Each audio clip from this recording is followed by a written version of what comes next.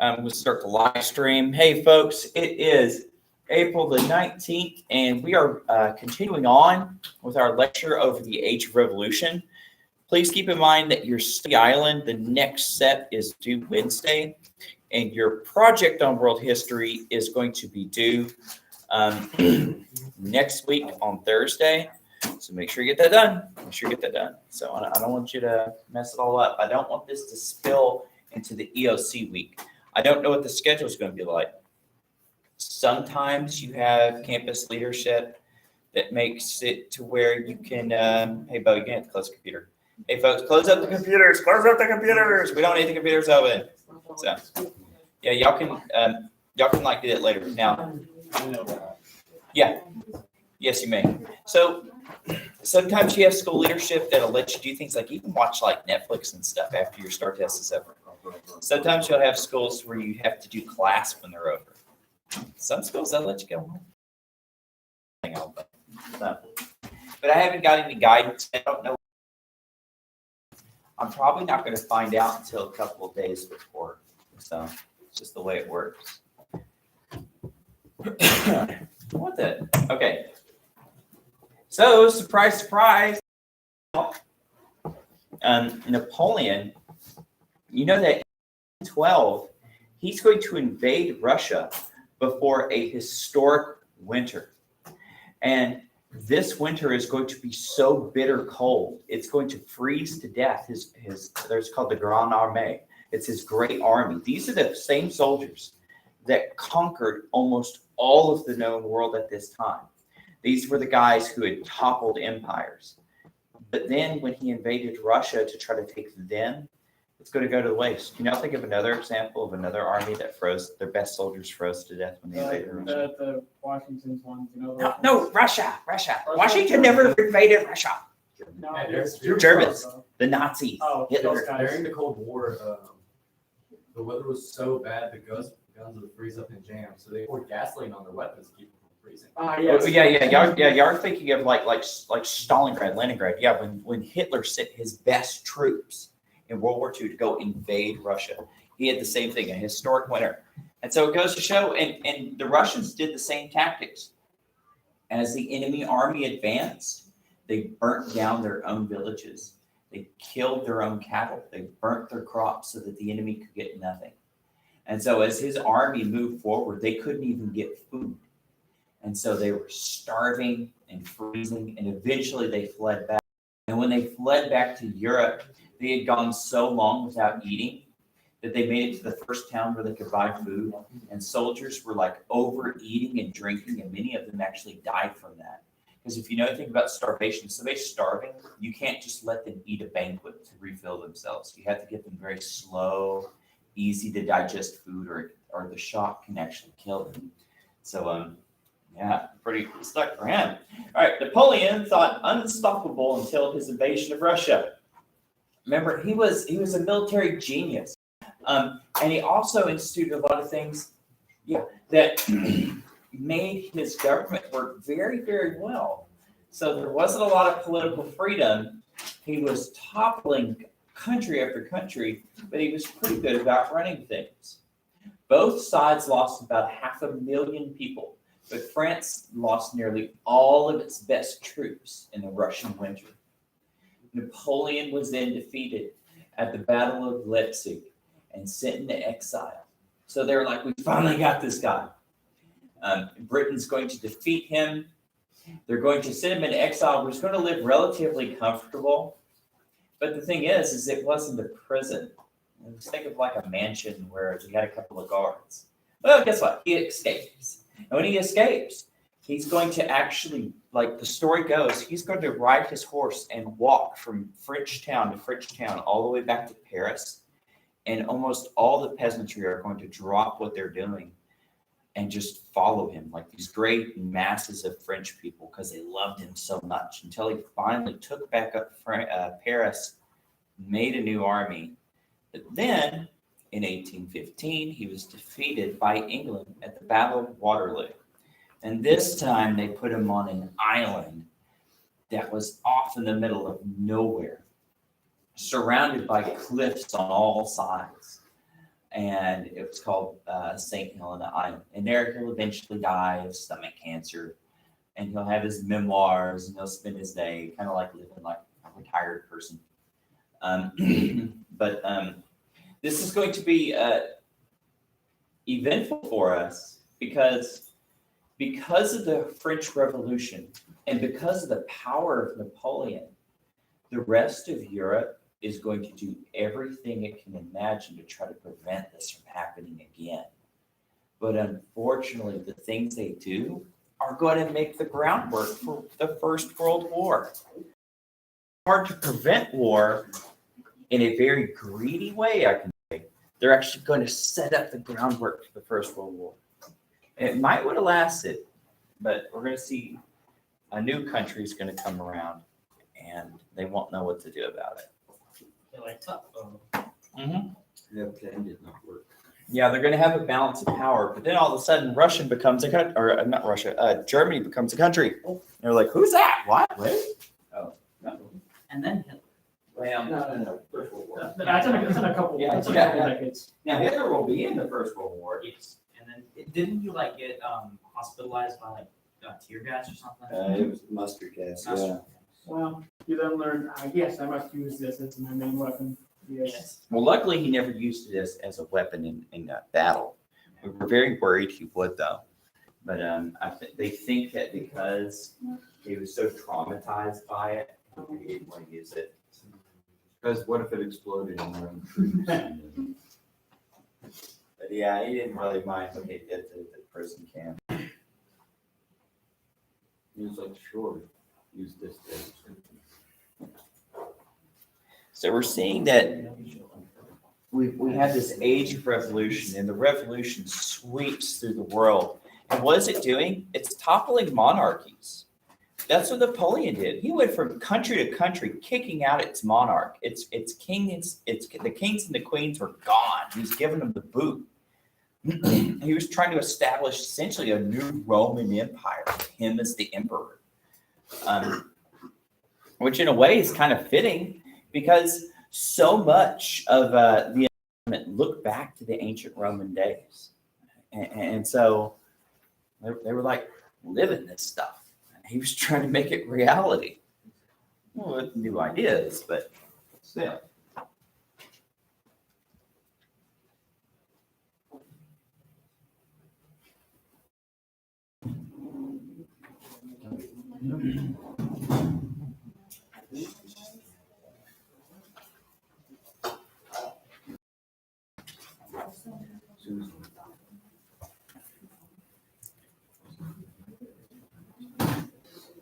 All right, let's go ahead and move on to the next one.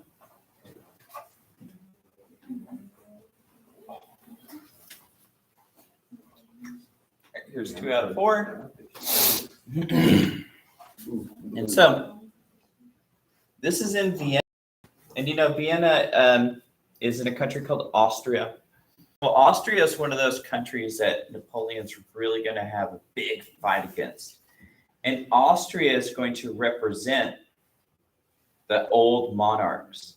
And so all these countries in Europe, after they topple Napoleon, the kings and the queens are going to regain their power.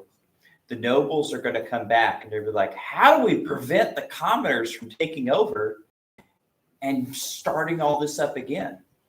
And so here you're going to see where these countries are going to come together and they're going to make agreements on who gets what part of the world. Let's make laws regarding international laws regarding limiting the press, people's rights like to vote, and things like that, so we can prevent more revolutions in Europe. So, the effects of Napoleon's revolution. Kingdoms were strengthened in order to counter revolutionary ideas. Germany, however, during this time was beginning to unify, but the rest of Europe was ignoring them.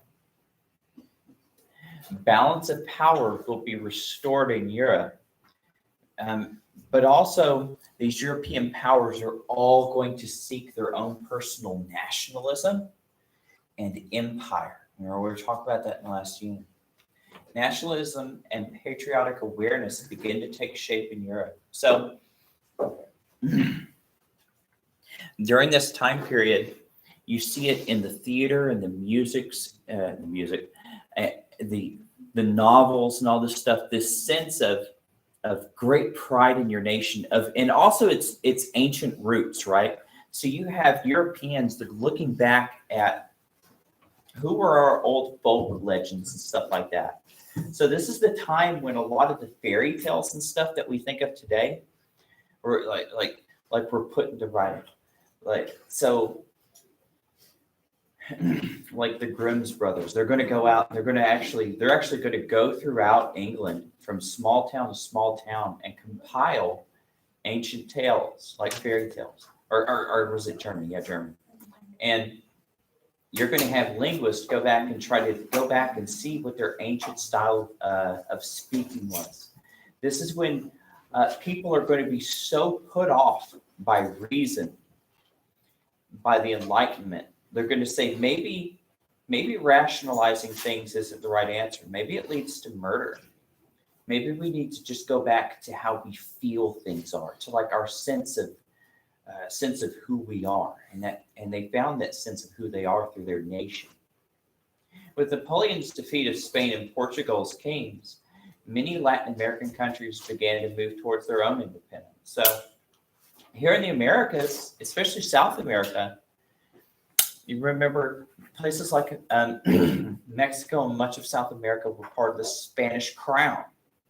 Well, the King of Spain actually came to Mexico during his exile when he was kicked out by Napoleon. But when he went back home, they realized, well, we don't really need him. It was the same in Brazil, places ruled by Portugal. They were like, we don't really need these guys. They were so easily toppled by France, and we did fine without them. And so you're going to start having revolutionary movements there, such as Simon Bolivar. He was actually somebody who really looked up to Napoleon and tried to unite Latin America, South America, the same way that he thought Napoleon was uniting Europe. It didn't really work out. People didn't really like him. They thought he was trying to become an emperor, which he kind of was. He wound up getting exiled from his home country. But yeah, you're going to start seeing a lot of it for like what we call them the pandemics, like pandemic. It's like around the world. Like you would see movements for pan-Slavic movements, where all the Russian-speaking people want to live in one country. See pan-Latin American movement, where Latin American countries try the idea of becoming one great big country. And other ones, like later you'll see it like a pan-Arab movement, a pan-African movement later and stuff like that. But it doesn't really work out that well because language is the only thing that unites people. Some things separate them as well. Cultural, historical, long-range vendettas. All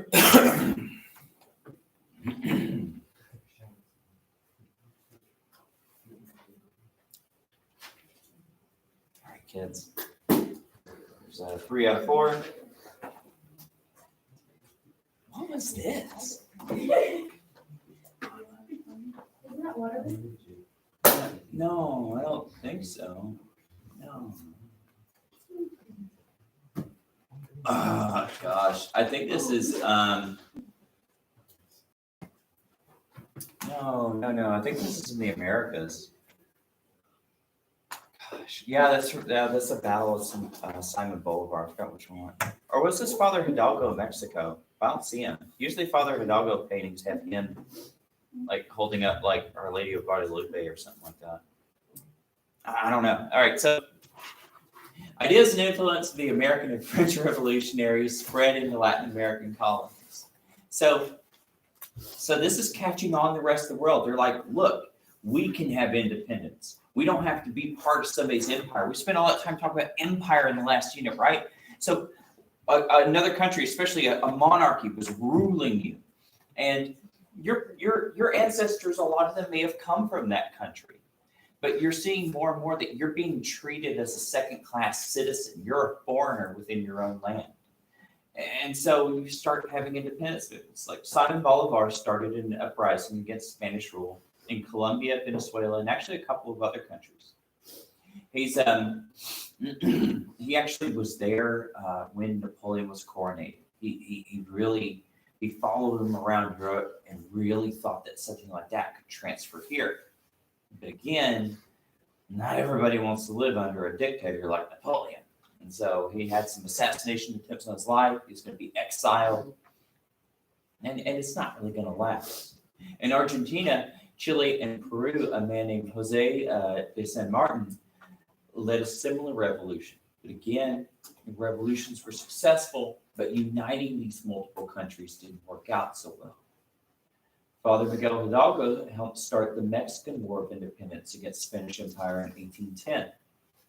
And so you see that in Mexico, now this is going to be mostly a peasant uprising, and it's going to be put down by the professional Spanish army. But it's going to be the start of another independence movement later on in Mexico as well. So you have countries throughout the world, not just like the 13 colonies in North America, other parts of the world too. They're like, we're really getting sick and tired of being ruled by these foreign monarchies. And you know, they have relations, same language, culture, back, but they're going to, you're having revolutionary movements go through.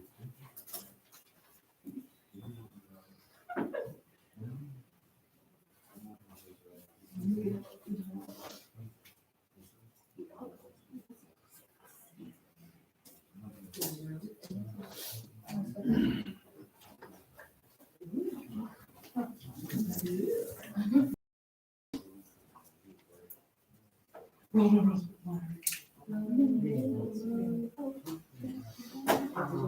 got only one more, and then I'll give you all time for your projects or study on.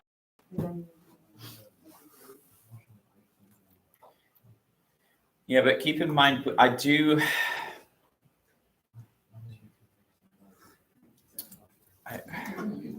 your quizzes for sure, and we might have one more test that's going to be off your notes, but your quizzes are definitely going to be off your notes. I'm not going to give you any more Quizlet sets for this, but I might use Quizlet to make it. I don't know. So make sure that you study this material. Study it.